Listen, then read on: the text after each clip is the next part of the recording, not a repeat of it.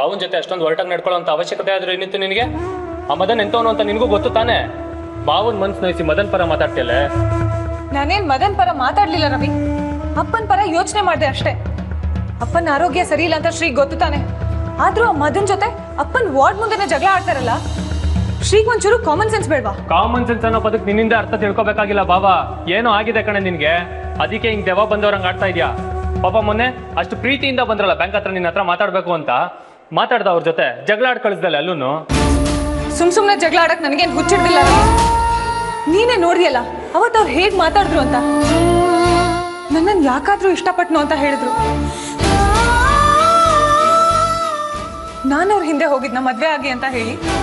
ಅವ್ರೇ ತಾನೇ ನನ್ನ ಹಿಂದೆ ಬಂದು ಅಕೌಂಟೆಂಟ್ ಅಂತ ಸುಳ್ಳು ಹೇಳಿ ನನಗೆ ಕಾಡಿ ಬೇಡಿ ಮದ್ವೆ ಆಗಿದ್ದು. ಆದ್ರೂ ನಿನಗೆ ಯಾಕಾದ್ರೂ ಇಷ್ಟಪಟ್ನು ಅಂತ ಹೇಳಿದ್ರು. ಅವ್ರು ಮಾತಾಡಿದ ತಪ್ಪೇ ಕಣೆ, ನನಗೂ ಅರ್ಥ ಆಗುತ್ತೆ. ಹಾಗಂತ ನೀನು ಅವ್ರ ಸಮ್ಮುಖಕ್ಕೆ ಜಗಳ ಆಡಕ್ ನಿಂತ್ರೆ ನೀನಾದ್ರೂ ಸ್ವಲ್ಪ ತಾಳ್ಮೆ ತಗೋಬೋದಿತ್ತಲ್ವ? ಹೌದು, ಎಲ್ಲರ ವಿಷಯದಲ್ಲೂ ನಾನೇ ತಾಳ್ಮೆ ತಗೊಂತೀನಿ. ನನ್ನ ವಿಷಯದಲ್ಲಿ ಯಾರು ತಾಳ್ಮೆ ತಗೊಳ್ಳಲ್ಲ. ಎಲ್ರಿಗೂ ಬೇಡವಾದವಳಾಗ್ಬಿಟ್ಟೆ. ನಿನಗೂ ಅಷ್ಟೇ.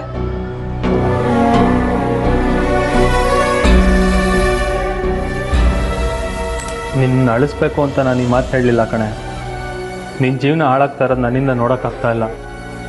ನಾನು ಹಾರ ಮಾರಕ್ಕೆ ಹೋಗಿದ್ದೆ ಇದಕ್ಕೆಲ್ಲ ಕಾರಣ. ನನ್ನಿಂದ ತಿಳಿದೇ ಅದು ತಪ್ಪದು. ಆದರೆ ನೀವು ನನಗಿಂತ ದೊಡ್ಡವರು, ತಿಳುವಳಿಕೆ ಇರೋರು, ನೀವಾದರೂ ಯೋಚನೆ ಮಾಡಿ ನಡ್ಕೋಬೇಕಲ್ವಾ? ನೀನು ಬಾವ ಇಬ್ಬರು ಎಷ್ಟು ಇಷ್ಟಪಟ್ಟು ಮದುವೆ ಆದ್ರಿ. ಆದರೆ ಈಗ ಯಾವುದೋ ಒಂದು ಸಣ್ಣ ಸಮಸ್ಯೆ ಬಂತು ಅಂತ ಅದನ್ನೇ ಗುಡ್ಡ ಮಾಡಿ ಕೂತ್ಕೊಂಡ್ರೆ ಹೇಗೆ? ಅಪ್ಪನ ಆರೋಗ್ಯ ಸರಿ ಇಲ್ಲ ಅಂತ ನಿನ್ನ ಬಾವನ ದೂರ ಮಾಡ್ತಾ ಇದೆಯಾ?